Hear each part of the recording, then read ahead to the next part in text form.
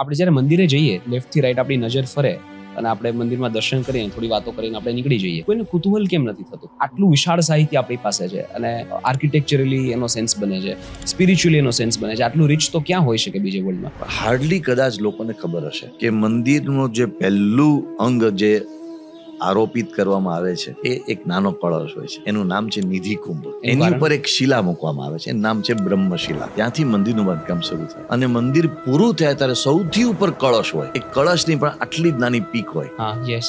બિંદુથી બિંદુ એ એક સેન્ટ્રલ એક્સિસ બને છે. હવે એ જે સેન્ટ્રલ એક્સિસની ચારે બાજુ જે વિસ્તાર થાય છે આમ ને આમ બધો, એ એક એક ઇંચનો હિસાબ હોય છે. શું વાત છે! અને એ એક ઇંચની પાછળ એક મિનિંગ હોય છે, એસ્થેટિકલ એ મર્મ હોય છે. એના હોરિઝોન્ટલ ડાયમેન્શન્સ, વર્ટિકલ ડાયમેન્શન્સ, એ એક પાછળ એસ્થેટિક્સ છે, સ્ટ્રક્ચરલ એન્જિનિયરિંગ છે અને સ્પિરિચ્યુઅલ મિનિંગ છે. રાઈટ. એટલે આટલું બધું આપણું આ વિશિષ્ટ સાયન્સ છે ટેમ્પલ આર્કિટેક્ચર, જે આપણી પેઢી જાણતી નથી. રાઈટ, બહુ સાચી વાત. અને વિદેશના લોકો એના પર ગ્રંથો લખ્યા છે.